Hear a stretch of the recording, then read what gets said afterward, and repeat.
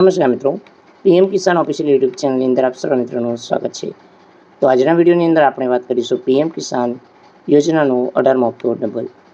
તો 18મો હપ્તો લેતા પહેલાં તમે સંપૂર્ણ માહિતી જાણવી પડશે કે કઈ રીતે ડબલ થશે।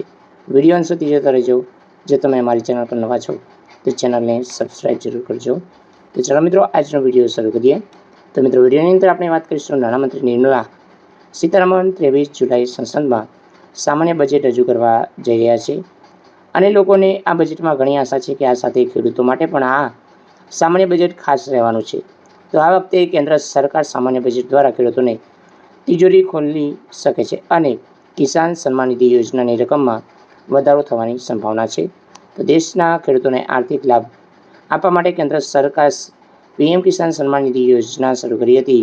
આ યોજના મદદ સરકાર ખેડૂતોને દર વર્ષે 6,000 રૂપિયા આપે છે। ગયા મહિને જે સરકારે આ યોજના હેઠળ 17મો હપ્તો જારી કર્યો છે। રિપોર્ટ અનુસાર સરકાર પીએમ કિસાન સન્માન નિધિ યોજના રકમની અંદર 8,000 રૂપિયા કરી શકે છે, જે સીધા 6,000ને બદલે 8,000 થવાપાત્ર રહેશે।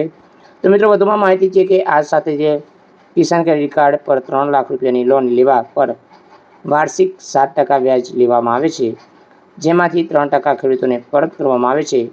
તેનો અર્થ એ છે કે ખેડૂતોને કેકેસી પાસેથી 4% વ્યાજે લોન મળે છે। વધતી મોંઘવારી સાથે કૃષિ ખર્ચમાં વધારો લેવા જે સરકાર 3 લાખ રૂપિયા જે લોન આપે છે એની અંદર એ મર્યાદા વધારી શકવાનો નિર્ણય છે। તો 4%ના દરે 4 થી 5 લાખ રૂપિયા વ્યાજ આપવાનો નિર્ણય કર્યો છે। તો મિત્રો, જે 3 લાખ રૂપિયા મળે છે લાભ લોન, એ હવે 4 થી 5 લાખ રૂપિયા થઈ શકે છે। આ ઉપરાંત સરકાર દ્વારા કૃષિ સાધનો ખરીદવા જીએસટી લાગવા આવી રહ્યું છે અને ખેડૂત સંગઠનનો વિરોધ કરી રહ્યા છે કે તેમની માંગ છે કે સરકાર કૃષિ સાધનો પર જીએસટી હટાડવો જોઈએ। તો મિત્રો, તમારું શું કહેવું છે કે ખરેખર કૃષિ સાધનો પર જીએસટી હટાવવું જોઈએ કે ન હટાવવું જોઈએ? કમેન્ટ કરજો।